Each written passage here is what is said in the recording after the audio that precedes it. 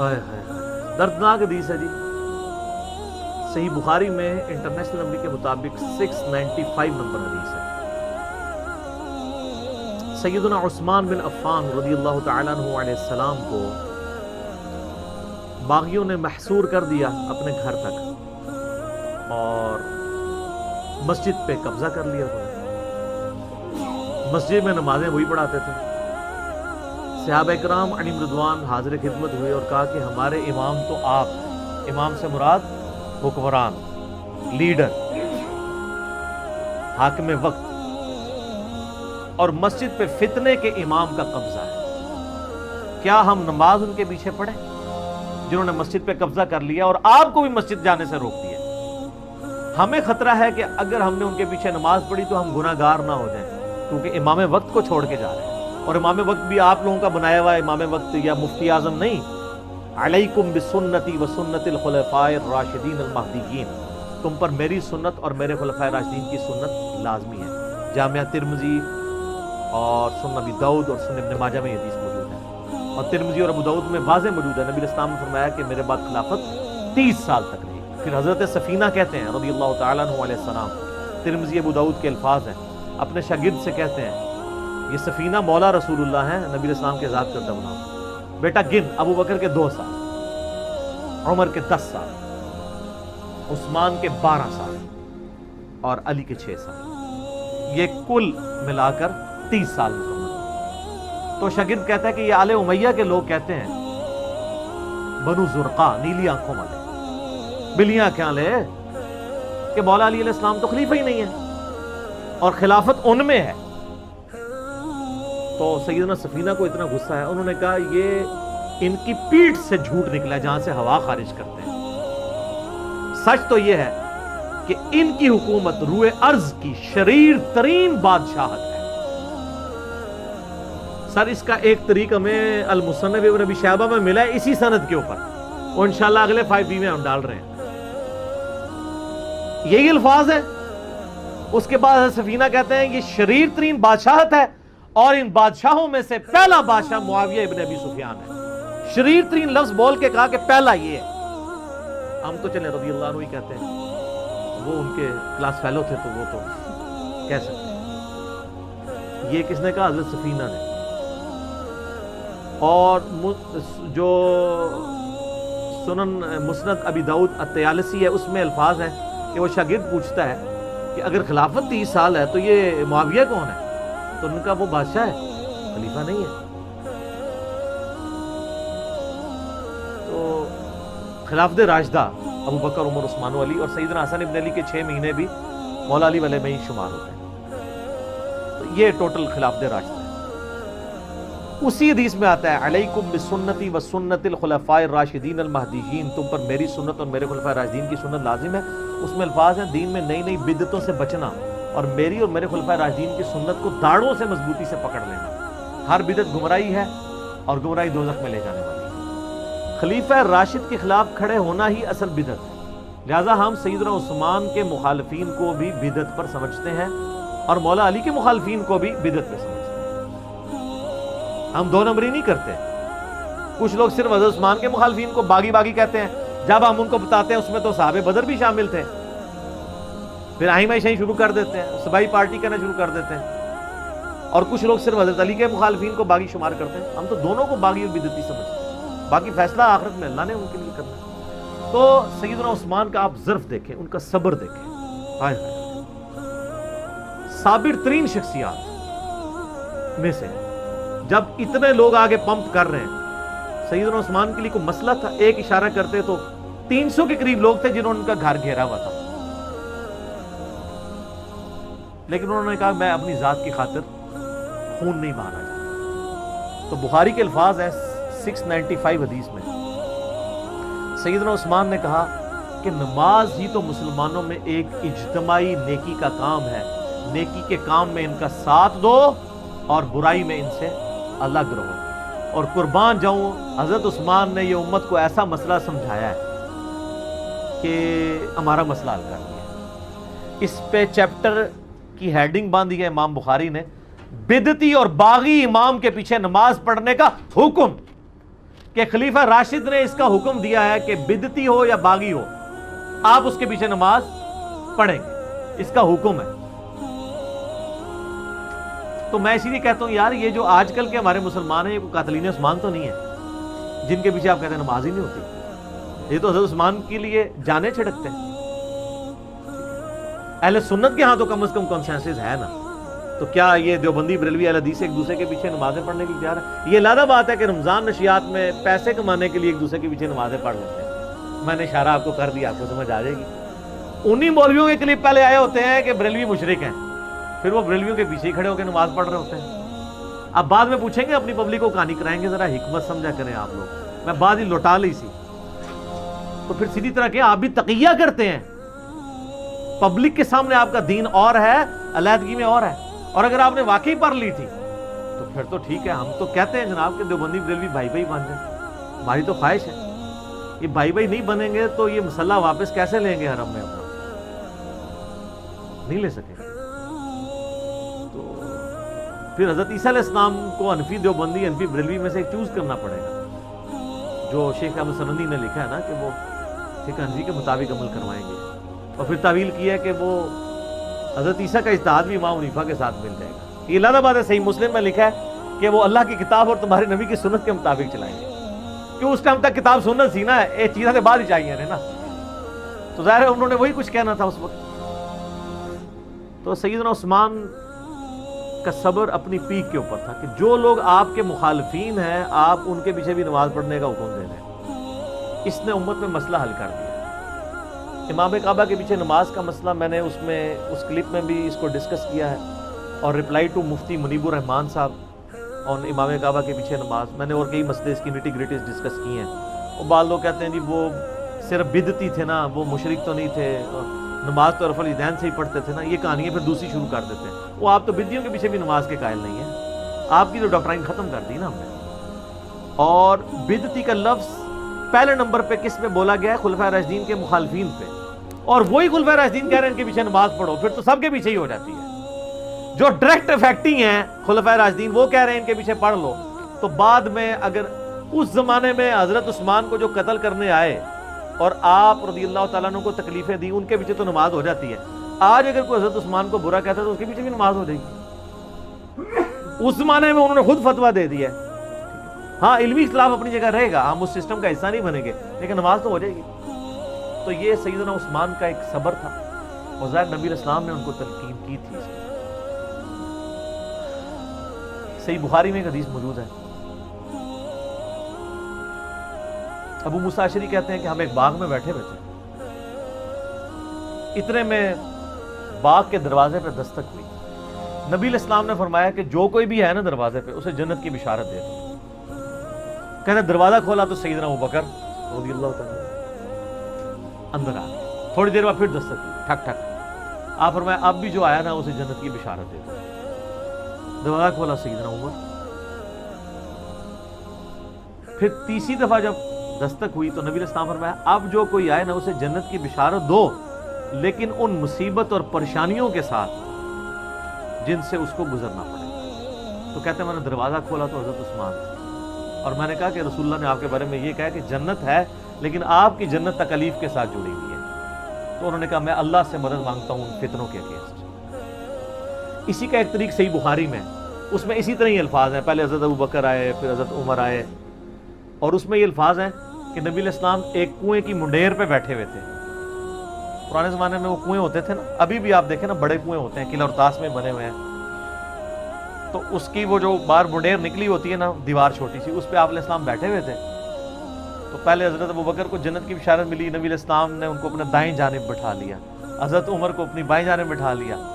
جب حضرت عثمان اندر انٹر ہوئے تو جگہ ختم تھی، تو حضرت عثمان نبی علیہ السلام کے سامنے منڈیر پہ آ کے بیٹھ گئے۔ تو راوی حدیث کہتے ہیں کہ میں نے اس حدیث سے رزلٹ نکالا ہے کہ ابو بکر عمر کی قبریں رسول اللہ کے ساتھ بنے گی، اور حضرت عثمان کی قبر نبی علیہ السلام کے ساتھ نہیں بنے گی، وہ سامنے بنے گی۔ یہ راوی نے بعد میں جب قبروں کے بعد ڈیسائیڈ کیا، یعنی وہ جو تابعی ہے تبع تابعی ہے۔ اور سر واللہ سیدنا عثمان کی قبر نبی علیہ السلام کی قبر مبارک کی سیدھ میں، بالکل سیدھ میں بقیع غرقد قبرستان کے اندر موجود ہے۔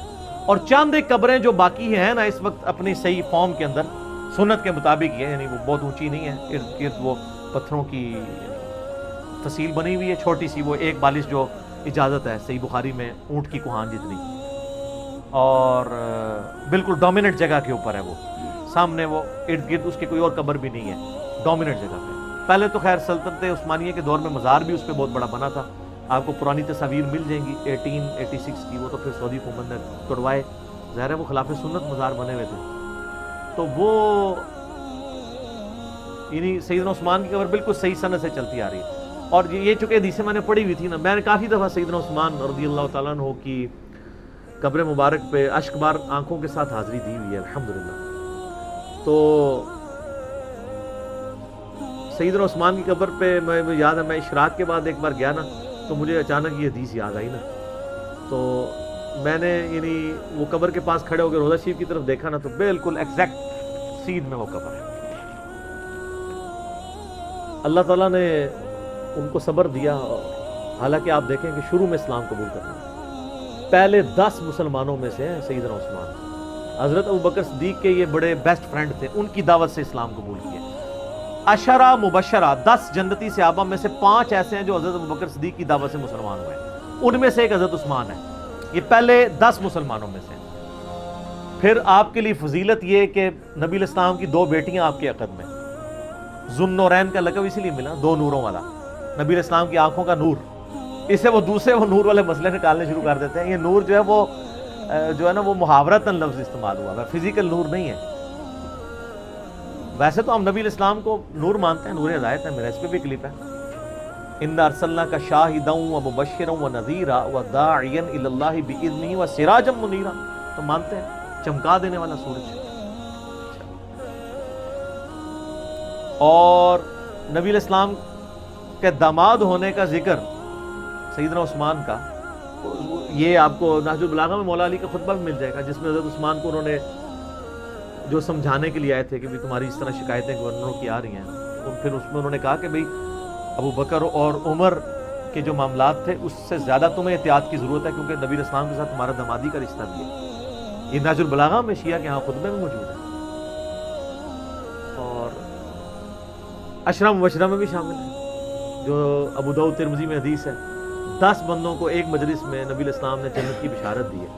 اس میں پہلے 4 خلفائے راشدین ہیں، ابو بکر، عمر، عثمان و علی، 4 خلفائے راشدین، اس کے بعد طلحہ، زبیر، عبد الرحمن بن عوف، سعد بن ابی وقاص اور سعید بن زید، ابو عبیدہ بن جرح۔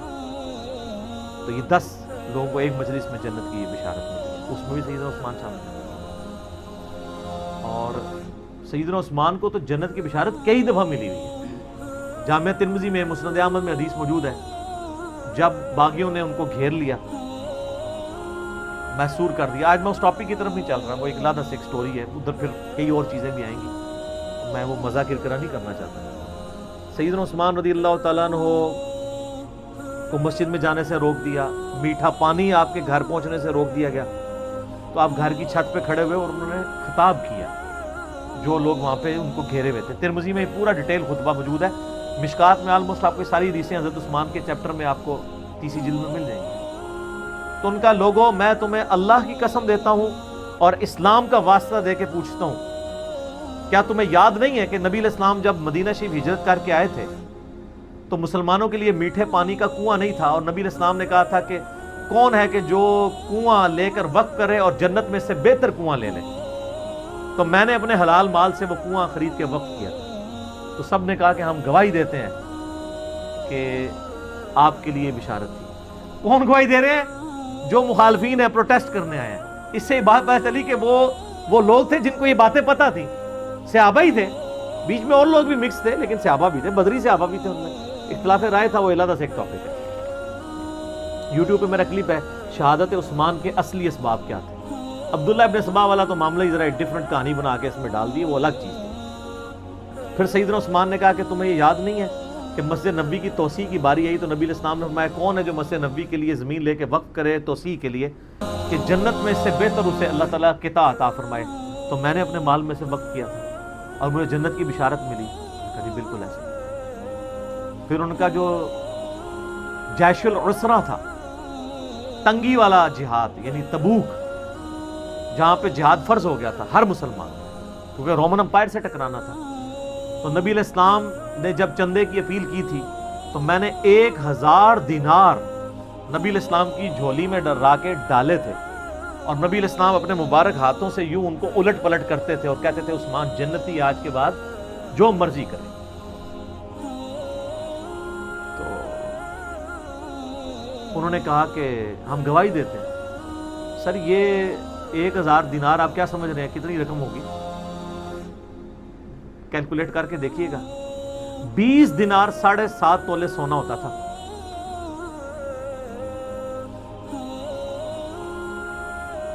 تو 7.5 تولے کو 50 سے ضرب دیں، 450 کے قریب، بلکہ اس سے بھی زیادہ.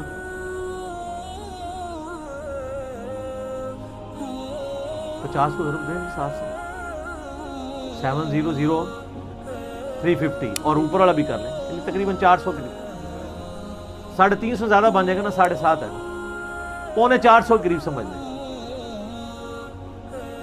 450 تولہ سونا. اور آج کل کیا ریٹ چل رہا ہے؟ 70,000 ہے. 70 سے زیادہ. ہاں تو یہ 2.5 کروڑ سے زیادہ رقم بنتی ہے آج کی. اگر 70 لگائیں گے تو جا کے گھر حساب کر لیجیے گا.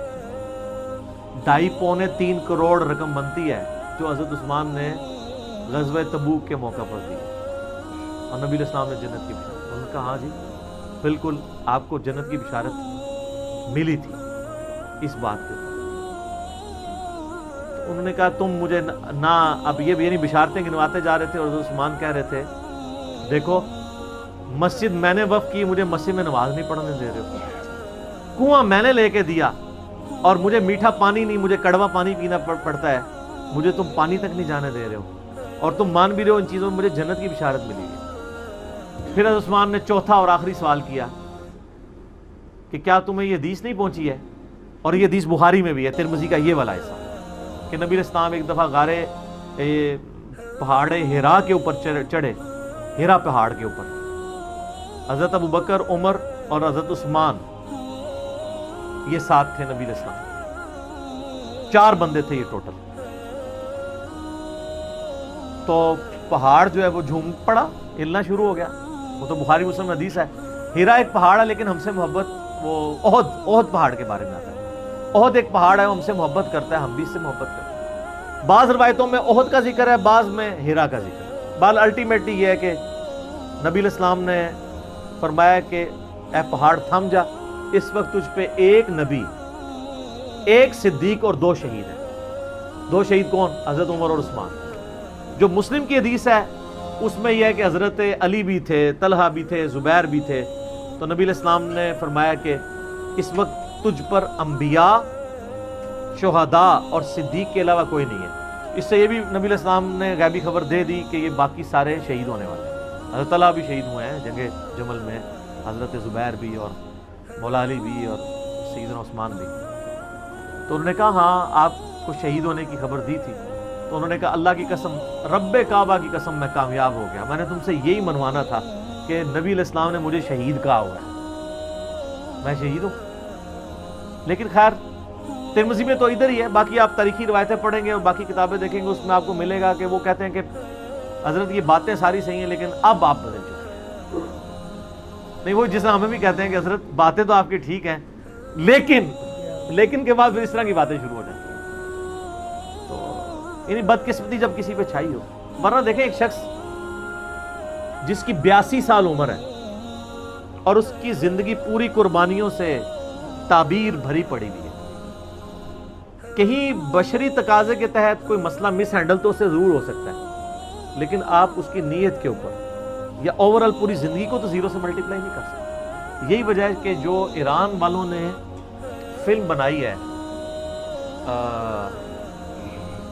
مختار سقفی پہ، اس میں بھی جو حضرت معاویہ رضی اللہ تعالیٰ عنہ اور شیعان علی کا اختلاف دکھایا وہ اسی بات پہ کہ آپ نے خلفاء کے طریقے کو چھوڑ دیا، اور اس میں وہ تینوں خلفاء کو رسپیکٹ دیتے ہیں.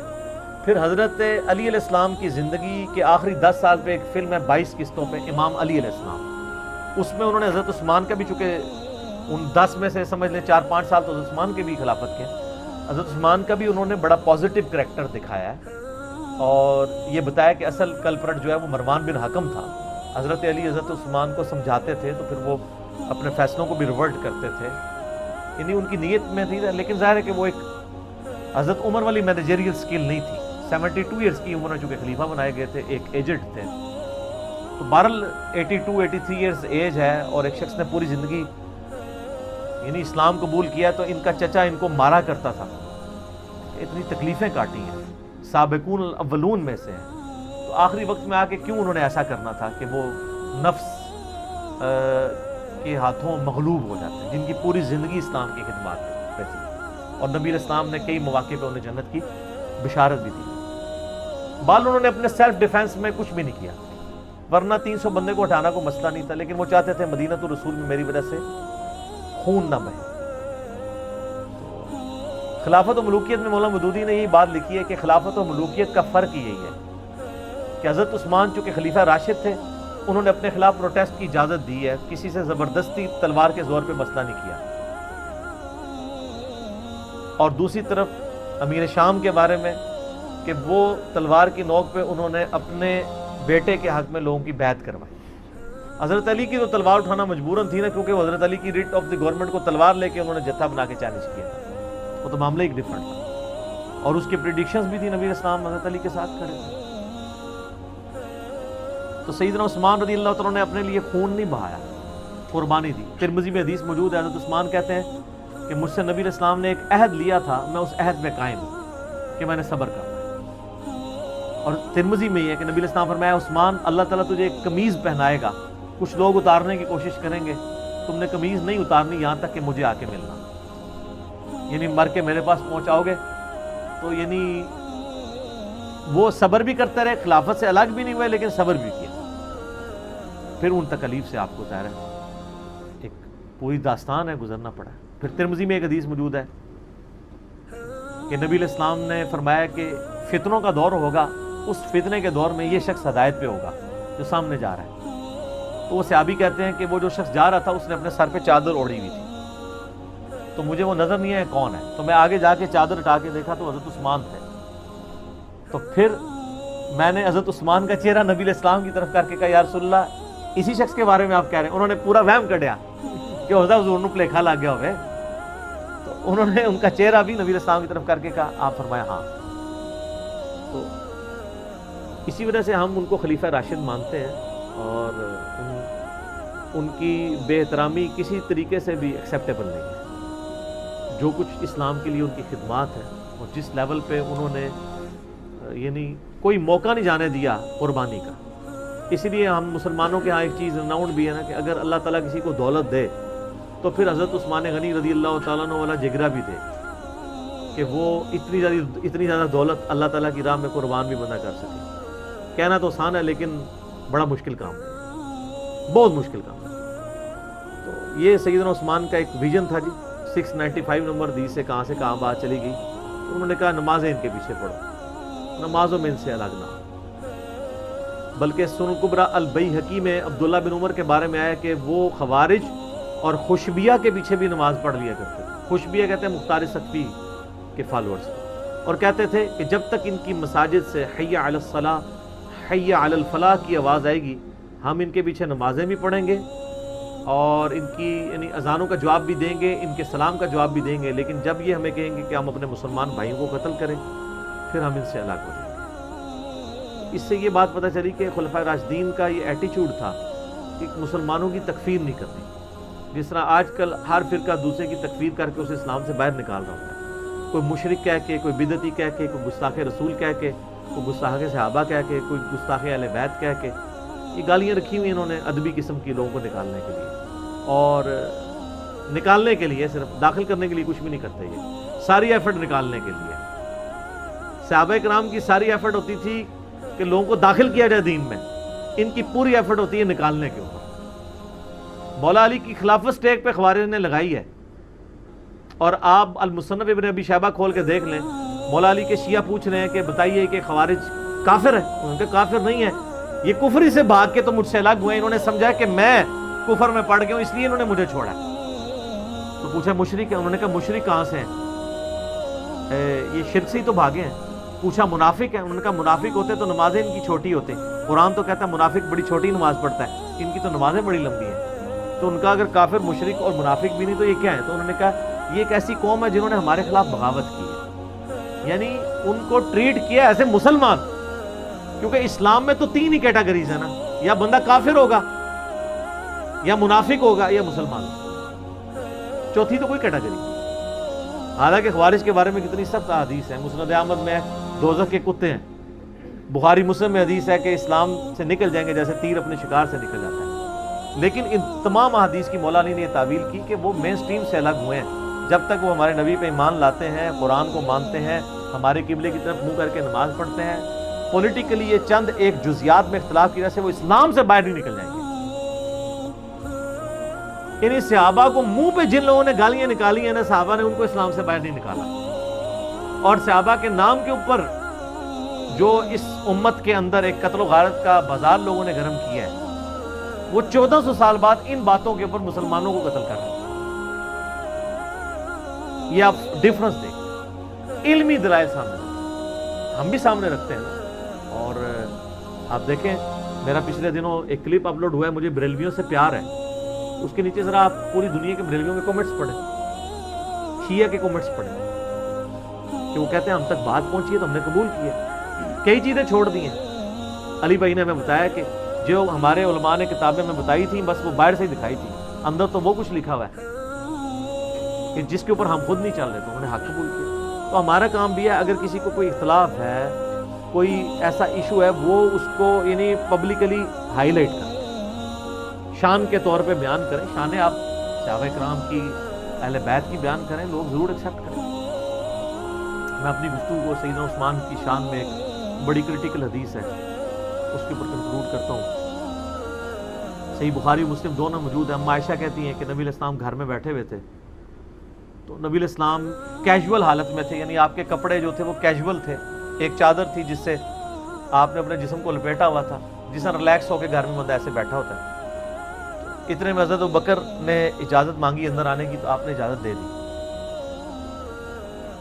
پھر وہ چلے گئے، پھر حضرت عمر آئے، اجازت مانگی، وہ چلے گئے، تھوڑی دیر بعد حضرت عثمان آئے، تو نبی علیہ السلام نے اٹھ کے بیٹھ کے اپنے کپڑوں کو سیدھا کیا، اور یعنی وہ پنڈلی وغیرہ جو یعنی آپ ریلیکس کی بجائے تھوڑے اٹینٹیو موڈ میں آ گئے۔ تو سیدہ عائشہ یہ آبزرو کر رہی تھی، پھر حضرت عثمان آئے، اپنا مسئلہ بیان کیا، چلے گئے، تو اما عائشہ نے کہا یا رسول اللہ حضرت ابوبکر عمر کے لیے تو آپ نے ایسا نہیں کیا۔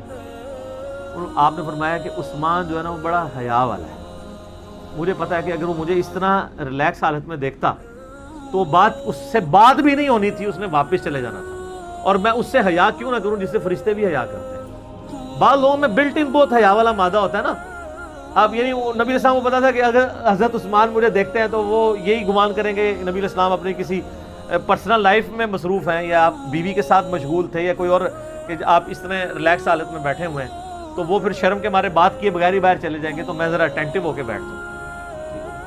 تو سر یہ چیزیں ہیں۔ فضائل صحابہ احمد بن حنبل کی کتاب میں بھی آپ کو کئی حضرت عثمان کے فضائل ملیں گے، جس میں مولا علی علیہ السلام یعنی قرآن پاک کی آیات پڑھ پڑھ کے کہا کرتے تھے کہ یہ جو قرآن حکیم میں جن متقین اور جنتیوں کا ذکر ہے، عثمان ابن عفان بھی ان میں سے ایک ہے، اور اے اللہ تو گواہ رہنا میں عثمان کے قتل سے بری ہوں، کیونکہ لوگوں نے الزام لگایا نا، وہ آپ کو بتایا نا کہ پیچھے مقصد کچھ اور ہوتا ہے، اور آج بھی آپ دیکھ لیں کسی پولیٹیشین کو ہٹانا ہوتا ہے تو کوئی ایک ہنگامہ کھڑا کر کے ایشو کوئی اور کھڑا کیا جاتا ہے اور مسئلہ کچھ اور اچیو کیا جاتا ہے۔ اس طریقے سے کسی وزیر کو ہٹانا ہوتا ہے، یہی کچھ کیا جاتا ہے، کسی جج کو ہٹانا ہوتا ہے، کوئی اور بہانہ گڑا جاتا ہے اور مقصد ہٹانا ہوتا ہے۔ تو اس وقت بھی چونکہ مقصد کچھ اور تھا آل امیہ کا، تو حضرت عثمان کا قتل جو ہے نعوذ باللہ حضرت علی کے متھے مار دیا ہوتا ان لوگوں نے۔ تو وہ تو خیر ہم نے کھول دیا، ہماری لیٹسٹ مجلس 63 میری ریکارڈ ہوئی ہے 6.5 گھنٹے کی، کالے بیک گراؤنڈ کے ساتھ، سرخ کرتے میں اور وائٹ پگڑی، ٹھیک ہے، اس کا نام ہے سنی شیعہ۔ دیکھیں اس ٹاپک کے اوپر میں نے جستہ مختلف مقامات پہ گفتگو کی ہے، جب بھی میں نے یہ حدیث بیان کی ہے سنن ابی داؤد کی 4656، تو اس کے ساتھ بھی میں نے تشریح میں یہ بتائی تھی یہ علم الغیب یا کشف والا معاملہ نہیں ہے. سیدنا عمر کی اسیسمنٹ آپ کہہ لیں, اور اللہ تعالیٰ نے آپ کے ذریعے وہ کرامت والا معاملہ اس اعتبار سے کر دیا. ان کو خود تو نہیں پتا تھا. اگر ان کو یہ پتا ہوتا کہ ان کے بعد سیدنا عثمان نہیں خلیفہ بننا ہے تو وہ 6 رکنی کمیٹی تو نہ بناتے, ڈائریکٹ حضرت عثمان کو ہی کر دیتے. صحیح بخاری میں آتا ہے نا کہ سیدنا عمر کو جب زخم لگا تو انہوں نے 6 رکنی کمیٹی بنائی اور فرمایا کہ میں اپنے بعد اس امر خلافت میں ان 6 بندوں کے سوا کسی کو حقدار نہیں سمجھتا کہ جن سے رسول اللہ اپنی وفات تک راضی رہے. پھر انہوں نے کہا علی, عثمان, طلحہ, زبیر, عبد الرحمن بن عوف, سعد ابن ابی وقاص, اور حضرت سعید ابن زید بھی تھے ان کے بہنوئی. ان کا نام نہیں لیا کیونکہ وہ رشتہ دار تھے, اشرم بشرا میں وہ بھی تھے.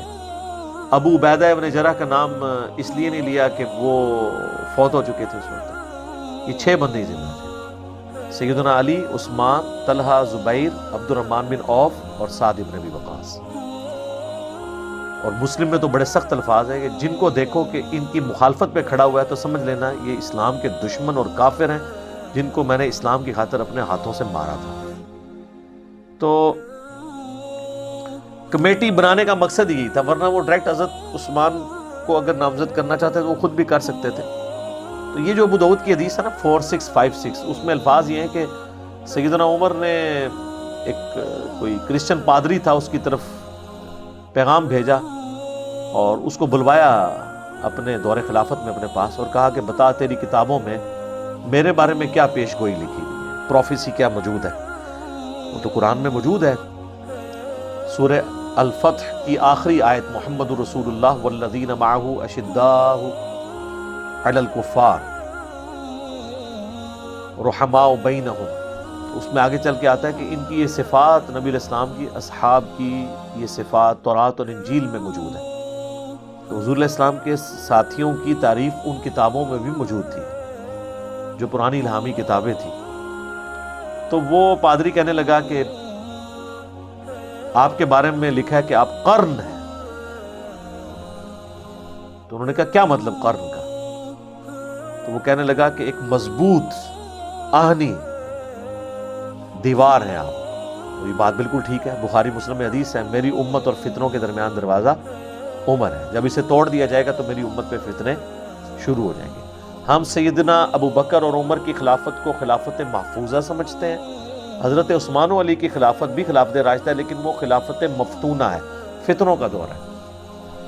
اصل میں جو گولڈن پیریڈ ہے نا خلافت کا وہ حضرت ابو بکر اور عمر کی خلافت ہے رضی اللہ عنہما. خود حضور جب کہہ رہے ہیں کہ عمر کے بعد فتنے شروع ہو جائیں گے, تو اس حدیث کے تحت اس کا کرن کہنا وہ بالکل درست تھا. پھر انہوں نے پوچھا کہ اس کے بعد جو خلیفہ آئے گا. اچھا یہ حدیث جو ہے نا ابو داؤد کی, اسے شیخ البانی اپنے منہج کی غلطی کی وجہ سے ضعیف کہتے ہیں, لیکن حدیث بالکل سونے کی مہر صحیح حدیث ہے. شیخ زبیر صاحب نے دارالسلام کی ابو داؤد کھولے, اس پہ صحت کا حکم لگایا. اسی لیے ہم نے کربلا والے ریسرچ پیپر میں اس حدیث کو ڈالا ہے. تو انہوں نے پوچھا کہ اس کے بعد جو خلیفہ ہوگا, ان کا خلیفہ تو نیک ہوگا لیکن اپنے رشتہ داروں کو نوازے گا, اس میں اقربا پروری ہوگی. یہ نیگیٹو اقربا پروری نہیں ہے, وہ تالیف قلب کے لیے بنو امیہ کو انہوں نے ساتھ اٹیچ کیا, لیکن ظاہر ہے کہ حضرت عمر کی پالیسیز تو یہ نہیں تھی اور اس پالیسی کا اہتمام نہیں ہو سکا تو پھر اس کے نیگیٹو رزلٹ بھی سامنے آئے. تو اس پہ حضرت عمر کی زبان مبارک پہ یہ الفاظ جاری ہوئے خدا عثمان پر رحم کرے, خدا عثمان پر رحم کرے, خدا عثمان پر رحم کرے, 3 دفعہ فرمایا. اس میں میں نے کہا تھا کہ یہ حضرت عمر کی اسیسمنٹ تھی جو واقعی کرامت کے طور پہ ظاہر ہوئی, کیونکہ ان کے دماغ میں پلاننگ ہوگی نا کہ میں 6 رکنی کمیٹی بناؤں گا اور ہو سکتا ہے وہ حضرت عثمان پہ متفق ہو جائے, لیکن کوئی کلیئر کٹ تو چیز نہیں تھی موجود. تو یہ کوئی کشف نہیں تھا ان کو ہوا, ان کی اسیسمنٹ تھی. قریبی لوگ جانتے ہوتے ہیں کہ کسی شخص کی عادتیں کیا ہے. اس حوالے سے میں نے کربلا والے ریسرچ پیپر میں کئی ایک احادیث بھی شامل کی ہیں. حضرت عثمان کا جو اپنے رشتہ داروں کے ساتھ نرمی والا رویہ تھا حضور کی مبارک زندگی میں بھی, اور اس کی وجہ سے ان کو بعد میں کیا نقصان اٹھانا پڑا, وہ آج ٹاپک نہیں ہے. آپ میرے یوٹیوب پہ ویڈیو دیکھ سکتے ہیں. سیدنا عثمان کی شہادت کے اصلی اسباب, ایک تو جعلی اسباب کہتے ہیں نا, عبداللہ بن سبا تھا وہ بعد میں آیا ہے، وہ حضرت علی نے اسے قتل کروایا ہے۔ حضرت عثمان کے گورنر بنو امیہ کے جو تھے، ان کے اپنے گورنر، وہ ان کی شہادت کا سبب بنے، ان کی غلط پالیسیز اور ایٹیچیوڈ جو تھا گورنروں کا۔ تو وہ 3 دفعہ ان کی زبان سے یہ الفاظ نکلے۔ باقی اگر کوئی کہتا ہے یہ ان کا کوئی کرامت اس حوالے سے ہے کہ ان کو کشف ہو گیا تھا، تو یہ غلط ہے۔ صحیح بخاری میں کتاب الشہادات چیپٹر میں حدیث موجود ہے، سیدنا عمر کہتے ہیں جب تک رسول اللہ ہم میں موجود تھے تو وحی کے ذریعے بھی ہم کسی کے دل کے اعتبار سے، اس کی زبان کے اعتبار سے فیصلہ کر دیتے تھے۔ اللہ وحی کے ذریعے اپنے نبی کو بتا دیتا تھا۔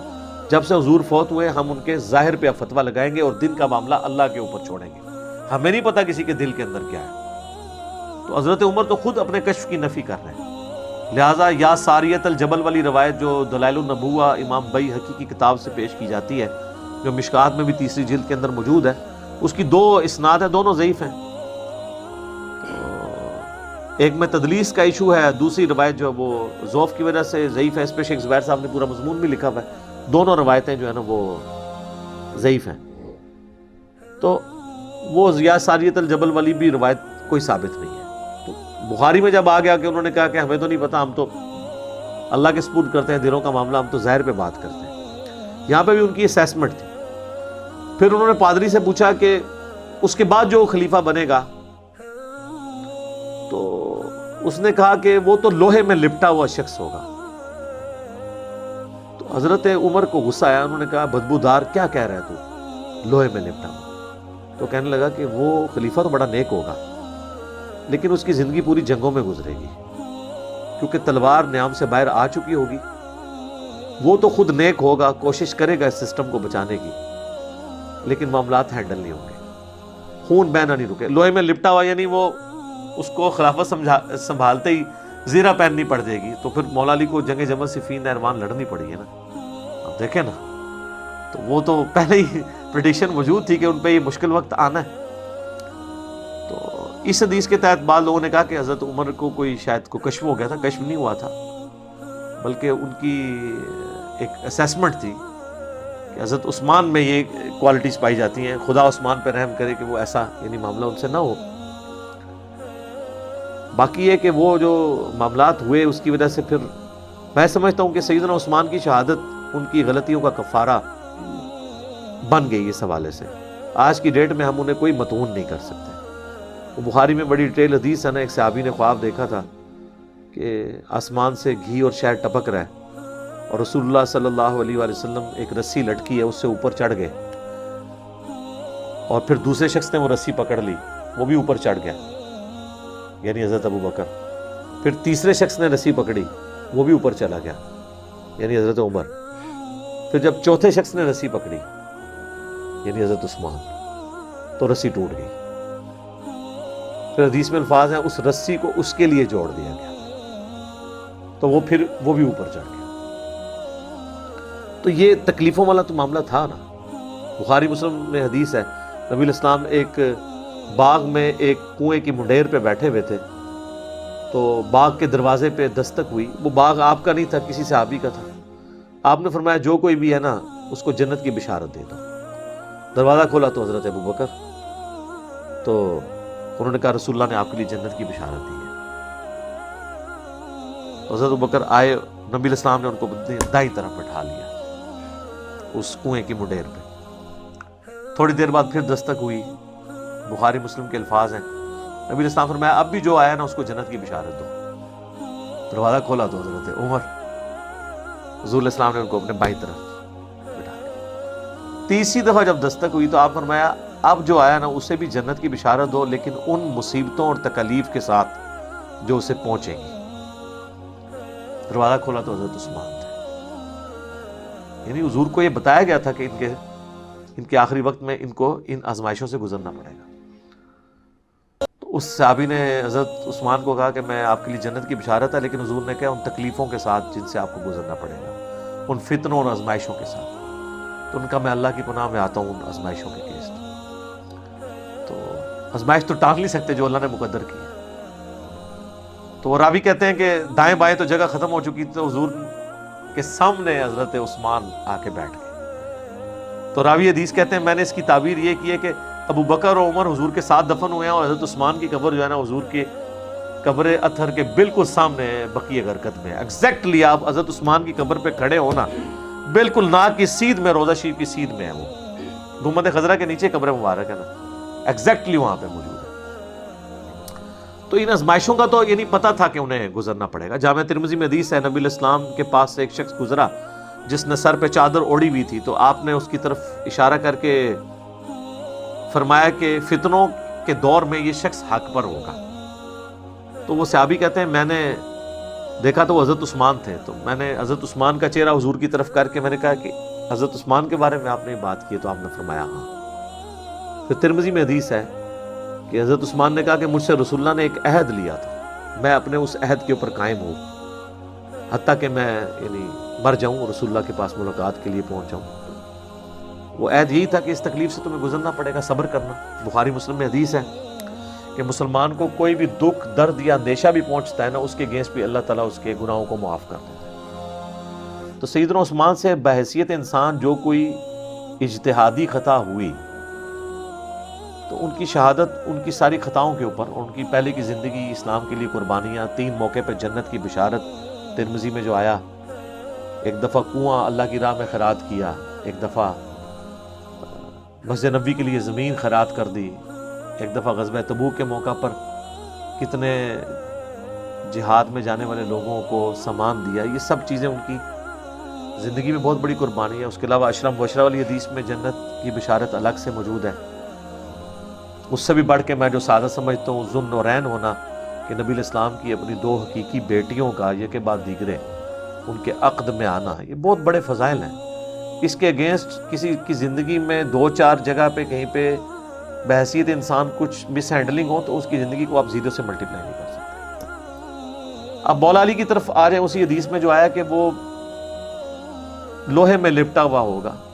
یہ بھی سیدنا علی کے لیے ایک مشکل وقت تھا کہ ان کو بڑھاپے میں جا کے 60 سال کی عمر میں جا کے تلوار اٹھانی پڑ گئی دوبارہ سے، جب داڑھی بھی سفید ہو چکی ہے. جنگ جمل صفین نہروان لڑنی پڑ گئی.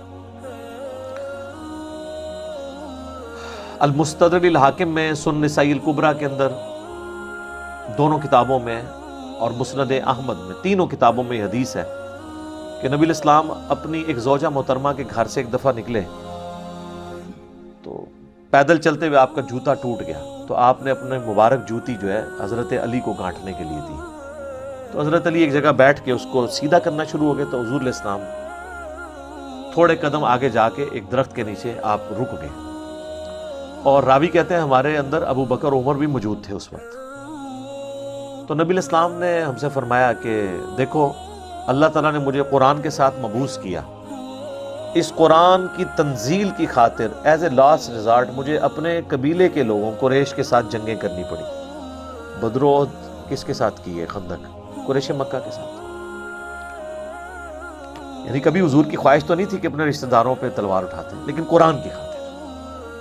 پھر آپ نے فرمایا تم میں ایک ایسا شخص بھی ہے جسے قرآن کی تفسیر اور تعبیر کی خاطر مسلمانوں کے خلاف تلوار اٹھانا پڑے. یہ بڑی عجیب بات ہے کہ مسلمانوں کے خلاف تلوار. صحابہ کہتے ہیں ہم بڑے شوق سے متوجہ ہوئے کہ وہ شخص کون ہوگا جو حضور کا کام کرے گا حضور علیہ السلام کے بعد. تو سیدنا ابوبکر نے کہا انا یا رسول اللہ، کیا وہ خوش نصیب میں ہوں؟ آپ فرمایا نہیں. حضرت عمر نے کہا میں ہوں؟ فرمایا نہیں، بلکہ وہ شخص ہے جو میری جوتیاں گانٹ رہا ہے. تو صحابہ کہتے ہیں ہم فوراً سیدنا علی کے پاس پہنچے ان کو بشارت دینے کے لیے کہ آپ کے لیے اتنی بڑی بشارت ہے کہ آن دا بہاف آف پروفٹ، جس طرح رسول اللہ نے کافروں کے خلاف تلوار اٹھائی تھی قرآن کی تنزیل کے لیے، آپ مسلمانوں کے خلاف تلوار اٹھائیں گے قرآن کی تعبیر اور تفسیر کے لیے. جو سورۃ الحجرات میں آیا کہ اگر مومنوں کا کوئی گروہ باغی ہو جائے اس کے خلاف قتال کرو یہاں تک کہ وہ واپس آ جائے. اس کی تفسیر آپ نے بننا ہے. تو سیدنا علی مسکرا پڑے. انہوں نے اس طریقے سے رسپانس کیا کہ صحابہ کہتے ہیں ہم سمجھ گئے کہ حضرت علی کو یہ بات پتہ ہے کہ انہوں نے یہ کام کرنا ہے، حضور نے ان کو یہ بشارت دی ہوئی ہے. اس کے تحت حضرت علی ہی کے دور میں جنگ جمل صفین نہروان ہونی تھی، اور چوتھا خلیفہ حضرت علی نے ہی بننا تھا. پہلے، دوسرے اور تیسرے خلیفے کے موقع پر تو یہ جنگیں آئی بھی نہیں ہے نا. جس وقت ڈیوٹی تھی وہ اسی وقت انہوں نے پوری کرنی تھی. تو وہ پھر ڈیوٹی انہوں نے اپنی پوری کی ہے. اللہ تعالیٰ نے جو نبی علیہ السلام نے ان کے ذمہ کام لگایا تھا وہ کیا پورا. اچھا اب یہ حدیث جو ہے نا ان کے گلے پہ بڑی اٹک جاتی ہے، کیونکہ اس کے ساتھ پھر وہ ابو داؤد ترمذی ابن ماجہ کی حدیث ہے، علیکم بسنتی و سنت الخلفاء الراشدین المہدیین، تم پر میری سنت اور میرے خلفاء راشدین کی سنت لازم ہے. اس کے تحت تو یہ حضرت ابوبکر کے خلاف کھڑے ہونے والے بھی باغی، حضرت عمر کا دور تو مسلمانوں میں کوئی ان کے خلاف کھڑا نہیں ہوا. منکرین زکوٰۃ والا ایشو حضرت ابوبکر کے دور میں ہی ٹیکل ہو گیا. حضرت عثمان کے خلاف بھی بلوائی آئے، وہ مسلمان تھے، تو اس دور میں بھی ہم حضرت عثمان کو حق میں مانتے ہیں. اور حضرت علی کے دور میں بھی جو حضرت علی کے مخالفین ہیں ان کے مقابلے میں حضرت علی حق پہ تھے. ہمیں خلیفہ راشد کی پیروی کا حکم تھا اور وہاں پہ ان کو تلوار بھی اٹھانی پڑی. اچھا اب جب یہ حدیث آتی ہے نا کہ نبی علیہ السلام نے فرمایا کہ تمہیں قرآن منوانے کے لیے مسلمانوں کے خلاف تلوار اٹھانی پڑے گی، تو یہ حدیث ان کے لیے بڑی مشکل ہو جاتی ہے. یہ آپ کو پتہ ہے اس حدیث کی تفسیر میں کہتے ہیں یہ اصل میں اس سے مراد جنگ جمل اور صفین نہیں ہے، وہ کہتے ہیں اس سے مراد جنگ نہروان ہے. تو اس کا مطلب ہے خوارج مسلمان ہوئے نا، پھر منوال ہے نا دونوں، مسلمانوں کے خلاف تلوار اٹھانی پڑی. حالانکہ حقیقت یہ ہے کہ فئۃ الباغیہ یہ تینوں گروہ ہیں، کیونکہ صحیح بخاری میں 2812 نمبر حدیث ہے 2812 کہ عمار کو ایک باغی جماعت قتل کرے گی. فئۃ الباغیہ، عمار ان کو اللہ اور جنت کی طرف بلائے گا اور وہ جماعت اس کو دوزخ کی طرف بلا رہی ہے. یہ راوی کے الفاظ نہیں ہیں سر، یہ رسول اللہ کا فرمان ہے صلی اللہ علیہ وآلہ وسلم. ٹھیک ہے جی.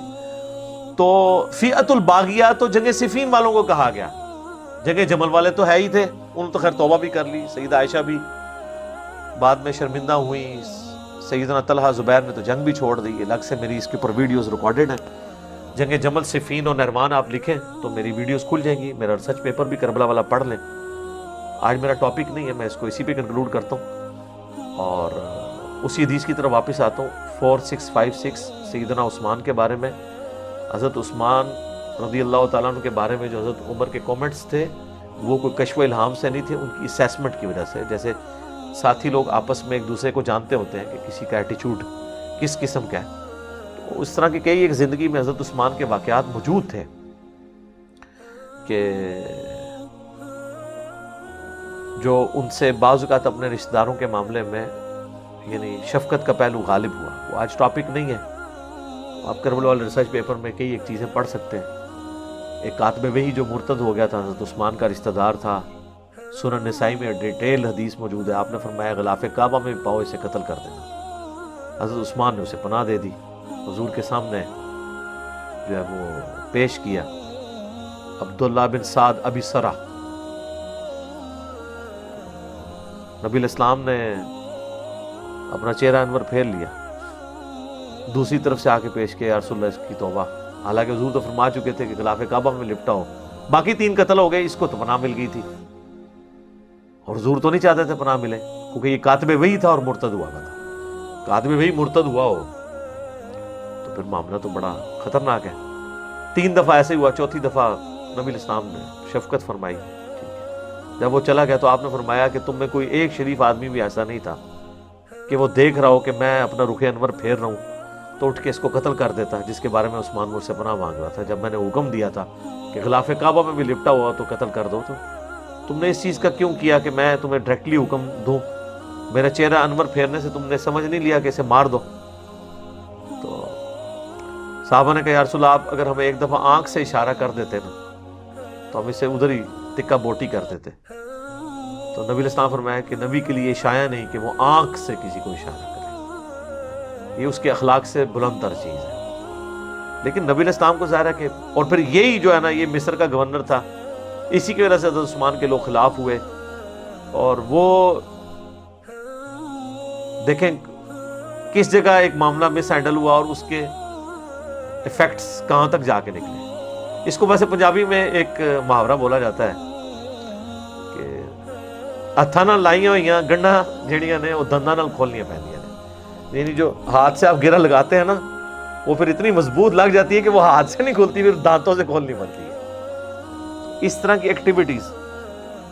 اس طریقے سے مروان اور اس کے باپ حکم کو نبی علیہ السلام نے شہر بدر کر دیا تھا. حضرت ابوبکر کے دور میں حضرت عثمان نے بڑی کوشش کی, رشتہ دار تھے کہ ان کو اندر لے آئیں. حضرت ابوبکر نے نہیں اجازت دی, حضرت عمر نے اجازت نہیں دی. اپنے دور میں وہ لے آئے, اپنی بیٹی کا بھی نکاح کر دیا کہ شاید یہ سدھر گئے ہوں. اور وہی مروان ہے جس نے مور لگا کے تو وہ محمد نبی بکر اور باقی لوگوں کے لیے قتل کا فتویٰ جاری کیا تھا, جس کی وجہ سے اہل مصر ان کے خلاف ہوئی. حضرت عثمان کا محاصرہ کر کے انہیں شہید کر دیا. تو اس کے پیچھے بھی وہ ایک رشتہ داری والی شفقت. پھر مسلم شریف میں جو حدیث ہے, جو ولید بن عقبہ جو ان کا ستیلا بھائی تھا حضرت عثمان کا, اسے کوفے کا گورنر لگایا, وہ اس نے شراب پی کے نماز پڑھائی. مسلم شریف میں آتا ہے, سلام پھیر کے کہتا ہے میں 2 پڑھائی ہیں نے, یہ 4 پڑھائی ہیں نے. اسے پتہ ہی نہیں تھا. شکایت پہنچی, کوڑے بھی لگوائے گئے. حضرت علی موجود تھے, حضرت عثمان نے کہا اسے کوڑے لگاؤ. حضرت علی نے حضرت حسن ابن علی سے کہا کہ اٹھ اسے کوڑے لگا. تو حضرت حسن نے اپنے باپ کے بھی حکم نہیں مانا. انہوں نے کہا جو ان کی میٹھی کھاتا ہے وہی کڑوی بھی چکھے, کیوں اس طرح کے گورنر ہمارے اوپر لگاتا ہے, یعنی اس کا مطلب تھا. پھر بنو امیہ بنو ہاشم کی جنگ شروع ہو جائے گی, ایک کولڈ وار. تو حضرت حسن وہاں سے چلے گئے, حضرت علی اپنے باپ کا حکم نہیں مانا. اتنی ناراضگی تھی, وہ سمجھتے تھے کہ یار کیوں اس طرح کے لوگ ہم پہ مسلط کیے ہیں حضرت عثمان نے. پھر ایک اور صحابی تھے, ان کو حضور سیدنا علی نے حکم دیا تو انہوں نے کوڑے لگائے. 40 پہ پہنچ کے انہوں نے کہا کہ رسول اللہ صلی اللہ علیہ وسلم 40 لگواتے تھے, حضرت ابوبکر نے بھی 40 لگوائے, حضرت عمر نے 80 لگائے. مجھے دونوں پسند ہیں لیکن 40 پہ اکتفا کرتے ہیں, 80 بھی لگوا سکتے تھے. تو وہ آہستہ آہستہ ساری چیزیں پائل اپ ہوتی گئی. پھر صحیح بخاری میں آتا ہے کہ حضرت عثمان کے گورنروں کی شکایت جب حضرت علی کے پاس آئی کہ یہ مال غنیمت کو اس طریقے سے تقسیم نہیں کرتے, تو حضرت علی نے اپنے بیٹے محمد بن حنفیہ کو, جو حنفیہ نامی عورت سے ایک دوسرا بیٹا تھا, اس کو بھیجا ایک نبی علیہ السلام کی تحریر دے کے کہ جاؤ عثمان کو کہو کہ اپنے گورنروں کو اس تحریر کے مطابق حکم دے کہ وہ مال غنیمت تقسیم کریں. تو وہ کہتے ہیں کہ میں جب لے کے پہنچا تو حضرت عثمان نے کہا کہ مجھے اس تحریر کی حاجت نہیں ہے. وہ کہتے ہیں میں لے کے واپس آیا, حضرت علی کو اپنے باپ کو بتایا تو حضرت علی نے کہا کہ اس تحریر کو نا وہیں رکھ دو, اسی تاکچے میں جہاں سے اٹھائی تھی. اس پہ محمد بن حنفیہ کہتے ہیں اگر میرے باپ نے عثمان کے خلاف کبھی کھڑا ہونا ہوتا تو یہ موقع تھا جب رسول اللہ کی تحریر انہوں نے واپس کر دی, تو حضرت علی نے اس وقت بھی ٹالریٹ کیا. اس کی تعبیر بعض سنیوں نے کی ہے کہ وہ انہوں نے کہا کہ میرے پاس فوٹو کاپی رکھی ہوئی ہے. فوٹو کاپی نہیں تھی جناب. تو وہ اس طرح کئی ایک چیزیں جمع ہوتی رہی. تو وہ پھر ایک جمع ہوتے ایک انبار لگ گیا. تو وہ پھر آزمائشیں جو ہے نا وہ آئیں. ایک تلخ حقیقت ہے اس بارے میں, یعنی مولانا مودودی رحمہ اللہ تعالیٰ نے خلافت و ملوکیت میں قلم اٹھایا ہے, اس کے اوپر بڑا جذباتی کومنٹس کیے ڈاکٹر اسرار صاحب رحمہ اللہ تعالیٰ نے. جذباتیت کو سائڈ پہ رکھ کے علمی بات کریں کہ یہ جو کچھ حقائق ہیں یہ تاریخ کی کتابوں میں نہیں ہے, حدیث کی کتابوں میں. جو میں نے کربلا والے ریسرچ پیپر میں بھی 5B میں آپ جا کے ahlsunnatpak.com سے ڈاؤن لوڈ کریں. ہماری اکیڈمی میں صبح 9 سے 5 بجے تک کال کریں, فری آپ کے گھر آ جائے گا. صرف TCS کے 300 آپ کو خرچہ ڈاک کا دینا پڑے گا. 032159000162 ہمارے اکیڈمی کا نمبر ہے. نماز کے اوقات میں بند رہتا ہے, صبح 9 سے شام 5 بجے تک آپ رابطہ کریں. تو یہ 12 کا پیکج, 3 اذکار کارڈ اور 9 ریسرچ پیپرز انکلوڈنگ یہ کربلا والا ریسرچ پیپر 200 حدیث والا, آپ کو یہ انشاءاللہ مفت ڈاک میں آ جائے گا. اردو میں اگر پڑھنا ہے, اگر آپ نے عربی میں, ہندی میں, انگلش میں پڑھنا ہے تو ویب سائٹ پہ اس کا PDF رکھا ہے, وہ آپ ڈاؤن لوڈ کریں. اردو والا بھی رکھا ہوا ہے, ڈاک میں ہم صرف اردو والا بھیجتے ہیں. ایک بات میں اس میں ایڈ کر دوں حضرت عثمان کے قاتلین کے حوالے سے, کہ یہ جو مشہور کیا گیا نا وہ منافقین تھے. منافقین نہیں تھے, وہ مسلمان ہی تھے. صحیح بخاری میں 695 نمبر حدیث ہے کہ جب باغیوں نے مسجد نبی پہ قبضہ کیا تو حضرت عثمان کو لوگوں نے آ کے شکایت کی کہ مسجد پہ فتنے کے امام کا قبضہ ہے, ہمیں نماز پڑھاتا ہے, ہمارے امام تو آپ ہیں, ہمیں خطرہ ہے کہ ہم گناہ میں مبتلا نہ ہو جائیں. تو حضرت عثمان نے کہا کہ نماز ہی مسلمانوں میں ایک نیکی کا کام ہے, نیکی کے کاموں میں ان کا ساتھ دو اور برائی میں ان سے الگ رہو. تو حضرت عثمان منافقین کے پیچھے کس طرح نماز پڑھنے کا کہہ سکتے تھے؟ منافق کا تو مطلب کافر ہوتا ہے. تو بلوائی جو تھے وہ مسلمان ہی تھے, ان میں کئی صحابہ بدر بھی تھے, اصحاب شجرہ میں سے بھی کچھ لوگ تھے. تو البتہ ہم ان کے سٹانس کو غلط سمجھتے ہیں, جس طرح ہم حضرت طلحہ اور زبیر کے سٹانس کو غلط سمجھتے ہیں, حضرت معاویہ کے سٹانس کو حضرت علی کے خلاف غلط سمجھتے ہیں, اگرچہ یہ بھی صحابہ اس طرح ان صحابہ کے حضرت عثمان کے خلاف ایکٹیویٹی کو غلط سمجھتے ہیں، اختلاف رائے جو تھا وہ درست تھا، لیکن ایکٹیویٹی پرفارم جو کی وہ غلط کی ہے۔ تو یہ میں نے اس لیے کلیئر کرنا ضروری سمجھا۔ لوگ کہتے ہیں وہ جی مسند احمد میں ایک حدیث ہے کہ نبی علیہ السلام نے فرمایا کہ منافقین کوشش کریں گے تم سے وہ قمیض اتروانے کی۔ وہ منافقین وہ اصطلاحاً منافقین نہیں ہیں، وہ لغت کے معنوں میں آپ کہہ سکتے ہیں۔ اصطلاح والی منافقین تو اگر حضرت عثمان کو حضور نے کہا کہ منافقین تم سے اتروائیں گے تو آپ نے منافقین کے پیچھے نماز کی اجازت دینی تھی۔ وہ تو اسی طریقے سے جیسے بخاری مسلم میں حدیث ہے کہ منافق کی 4 نشانی ہیں، بات کرے گا تو جھوٹ بولے گا، اور اسی طریقے سے اگر کہیں پر جھگڑا ہو جائے گا تو وہ گالی گلوچ پہ اتر آئے گا، وعدہ خلافی کرے گا۔ تو یہ تو ہمارے کئی کلمہ کو مسلمانوں میں موجود ہے، منافقوں والی صفت تو ہے نا، لیکن یہ اعتقادی منافق تو نہیں، عملاً منافق ہے نا، عقیدے میں تو مسلمان ہے، اس طریقے سے وہ بلوائی بھی مسلمان تھے۔ تو یہ میں نے کلیئر کرنا اس حوالے سے ضروری سمجھا۔ اس پہ امام بخاری نے باب باندھا ہے کہ باغی اور بدتی کے پیچھے نماز کا حکم کیا پڑھ سکتے ہیں۔ اللہ تعالیٰ سے دعا ہے جو حق بات میں نے کہی اللہ تعالیٰ ہمارے دلوں میں راسخ فرمائے۔